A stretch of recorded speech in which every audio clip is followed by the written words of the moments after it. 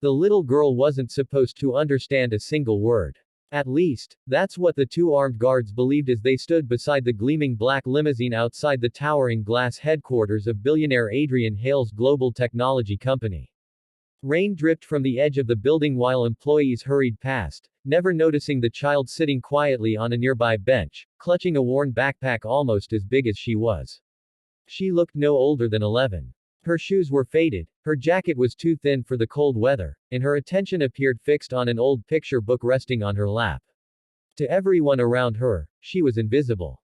But when one guard leaned closer to the other and began speaking rapidly in Mandarin, the girl's eyes froze on the page without turning it. Her breathing slowed. She understood every single word. "The explosive is already beneath the rear passenger seat," one man whispered. "The signal will activate the moment the limousine passes the second traffic light. No one survives. The payment is already waiting." The second guard nodded without hesitation. "Make sure he gets into this car. If he changes vehicles, everything fails." Neither man realized that the quiet little girl had spent the first 10 years of her life living in Shanghai with her linguistics professor mother before tragedy forced her to move halfway across the world. She had spoken Mandarin since she learned to talk. As the guards finished their conversation and returned to their professional expressions, the girl felt her heartbeat pounding so hard she could hear it in her ears. She looked toward the building entrance just as Adrian Hale emerged, surrounded by assistants, investors, and photographers.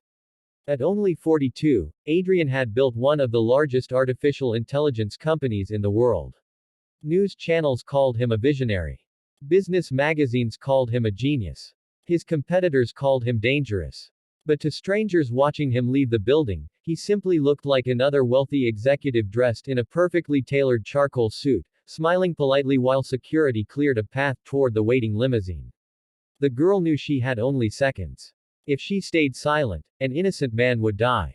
If she spoke, the guards might realize she had understood everything. Fear tightened her throat. She remembered her mother's final words after the accident that had taken her parents. "Doing the right thing is often frightening, but courage isn't the absence of fear. It's acting despite it." She swallowed hard, jumped off the bench, and sprinted across the wet pavement. Security officers immediately stepped in front of her.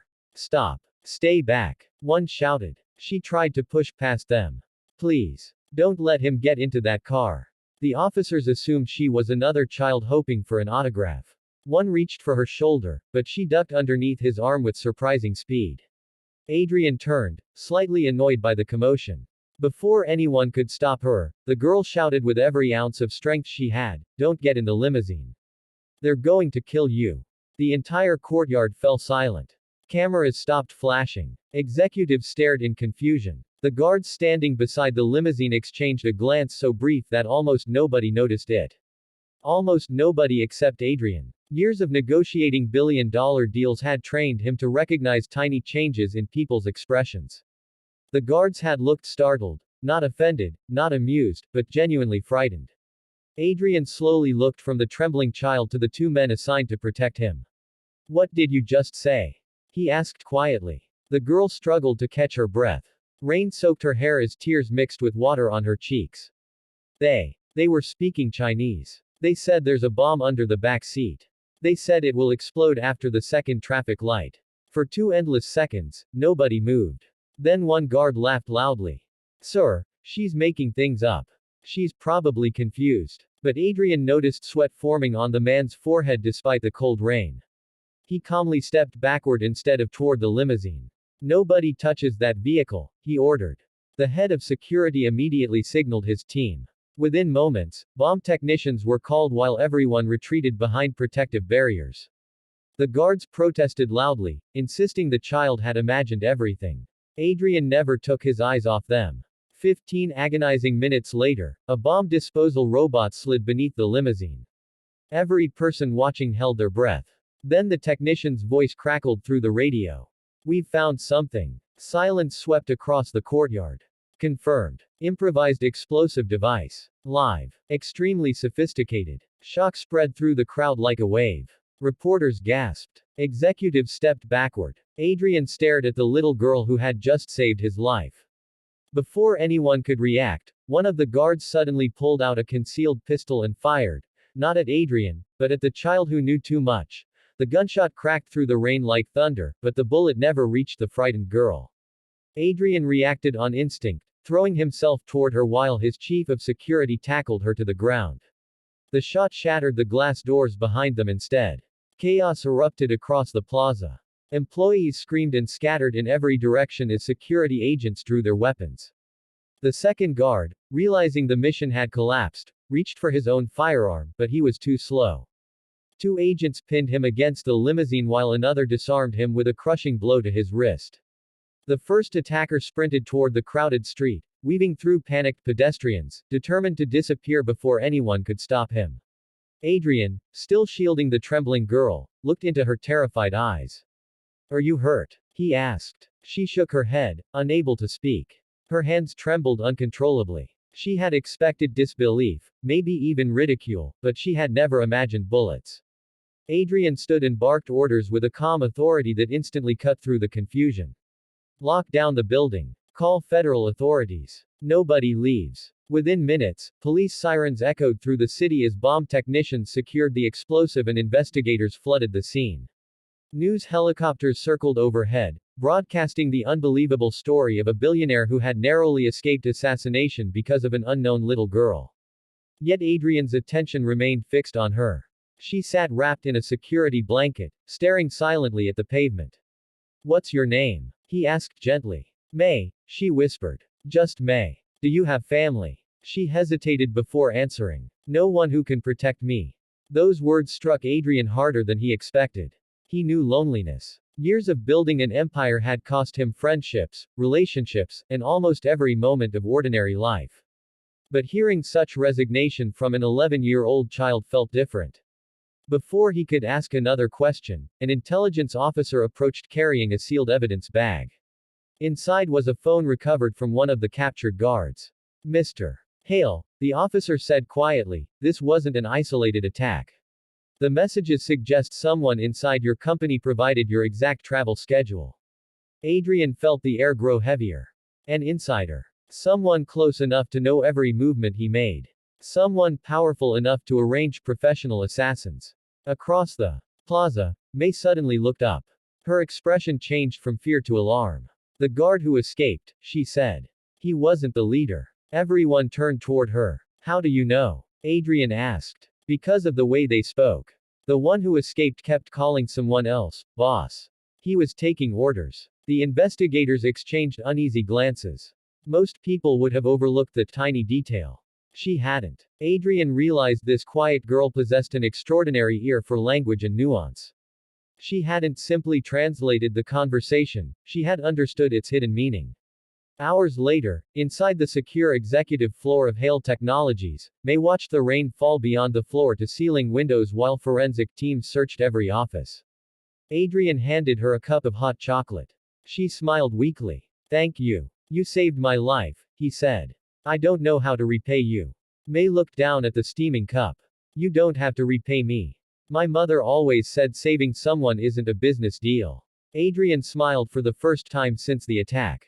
"Your mother sounds like she was a remarkable woman." May's eyes filled with tears. She was. Silence settled between them until Adrian's security director entered carrying a tablet. His face had turned pale. "Sir, we have another problem." Adrian looked up. "What is it?" "The explosive wasn't designed only to kill you. According to our analysts, it was meant to destroy the encrypted prototype stored in your vehicle. Whoever planned this wanted your research erased along with you." Adrian's expression hardened. His newest artificial intelligence project was years ahead of competitors and worth billions. If it disappeared, entire industries would change overnight. Suddenly the assassination looked less personal and far more strategic. Someone wanted both the man and his life's work eliminated in a single explosion.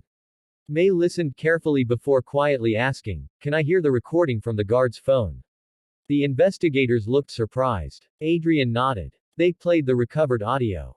The room filled with Mandarin conversation. Everyone else depended on subtitles.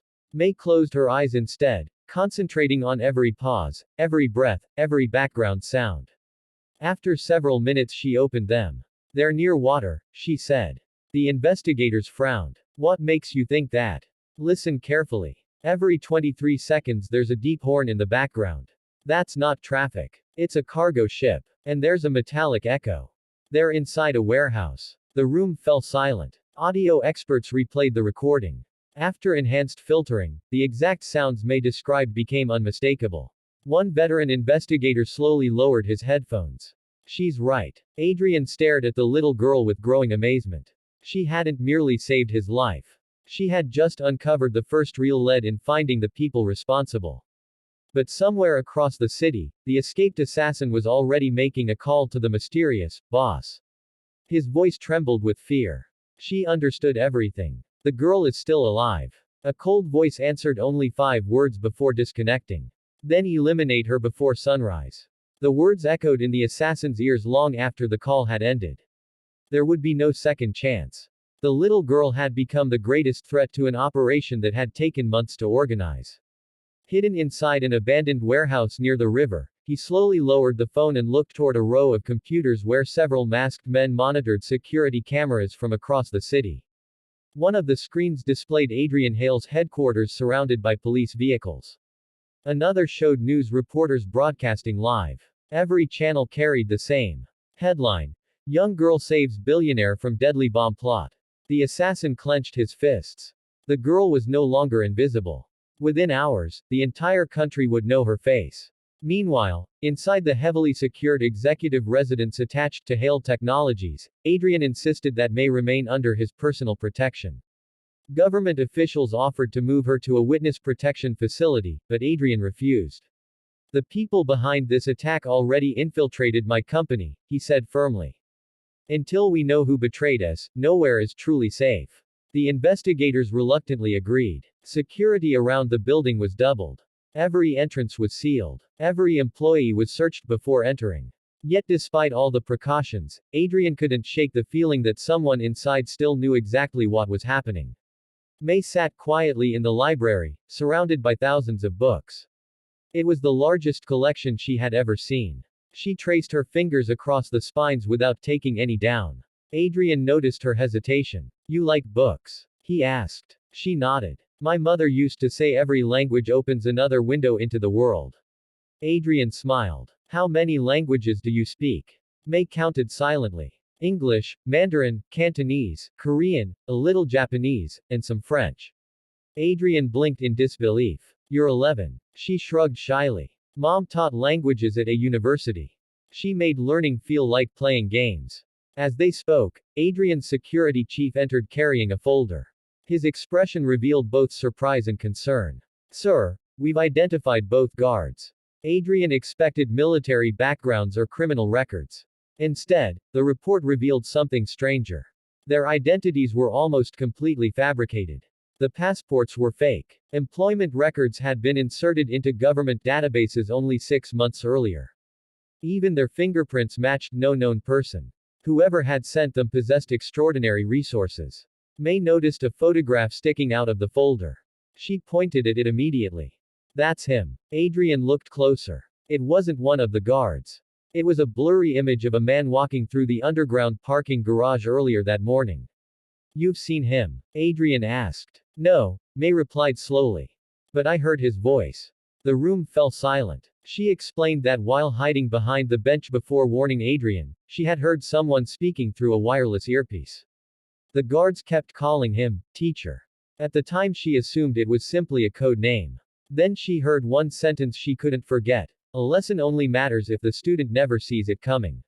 The investigators replayed surveillance footage from dozens of cameras. Finally, one analyst froze a frame showing the blurry man entering an elevator without looking at any security checkpoint. He wasn't wearing an employee badge, yet nobody stopped him. It was as if everyone unconsciously believed he belonged there. He's invisible, the analyst whispered. No, Adrian corrected. He's someone everyone trusts. That realization chilled everyone in the room. Late that night, long after the investigators had left, Adrian couldn't sleep. He walked onto the balcony overlooking the city lights. May was already there, wrapped in a blanket, staring silently at the skyline. You should be resting, Adrian said gently. So should you. He laughed quietly. Fair enough. After several moments, May asked, do you ever feel lonely even when you're surrounded by people? The question caught him off guard. Every day, he admitted.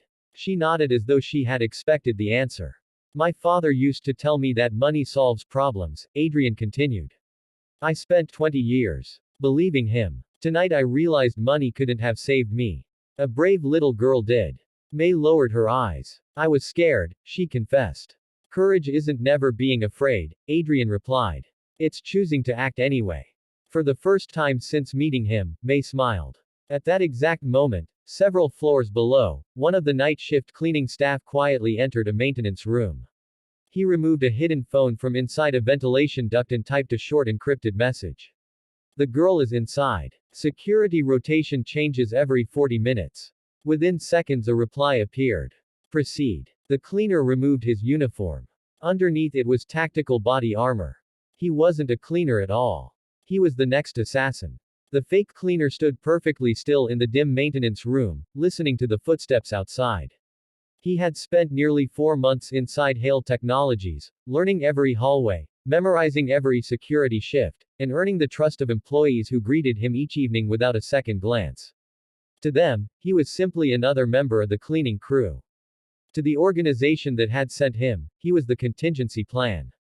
The failed bombing had only delayed the mission. His orders were simple: eliminate the girl before she could reveal anything else. He assembled a compact suppressed pistol with practiced precision, slipped it beneath his jacket, and studied the blueprint of the building one last time. The executive residence was protected by reinforced doors, biometric scanners, and armed guards, but every fortress had one weakness. This one was hidden inside its ventilation network. Months earlier, disguised as a maintenance technician, he had quietly modified several access panels that now allowed him to move through sections of the building without triggering alarms.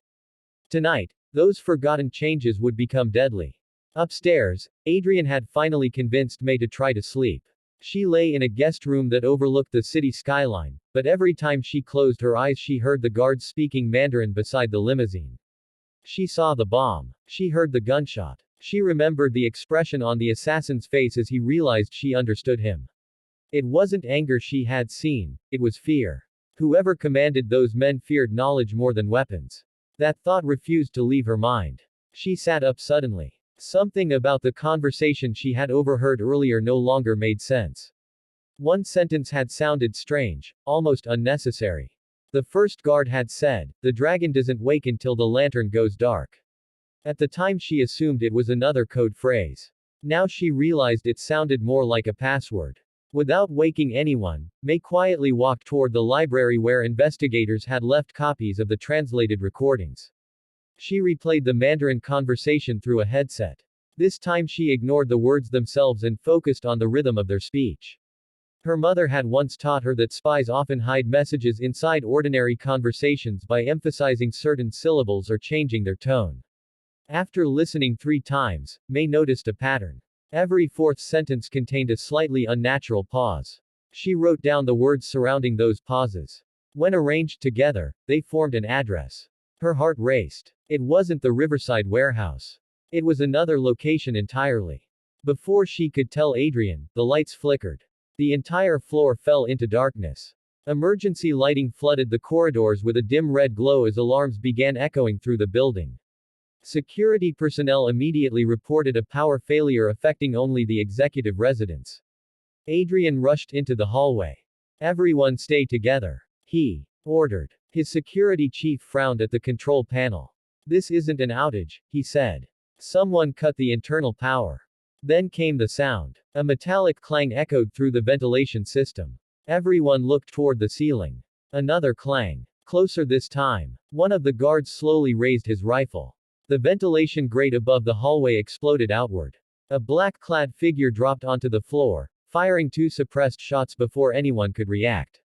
One security officer collapsed instantly while another dived behind a marble column, returning fire. The assassin sprinted toward the guest rooms, ignoring Adrian completely. He wants May. Adrian shouted. May ran. She had no weapon, no training, and nowhere obvious to hide. She raced through the library while bullets shattered glass behind her.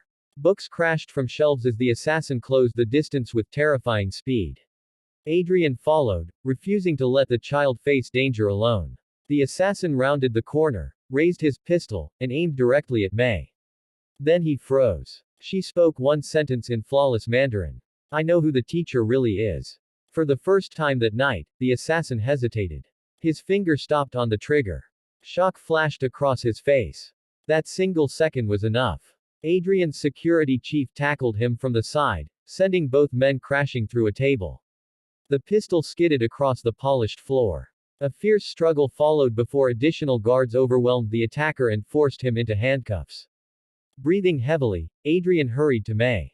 You weren't bluffing, were you? He asked. She slowly shook her head. I don't know his name. But I know where I've heard that voice before. Adrian stared at her, realizing the mystery had just become even deeper. If May truly recognized the mastermind's voice, then the conspiracy reached back into her own past, long before she had ever met the billionaire whose life she had saved.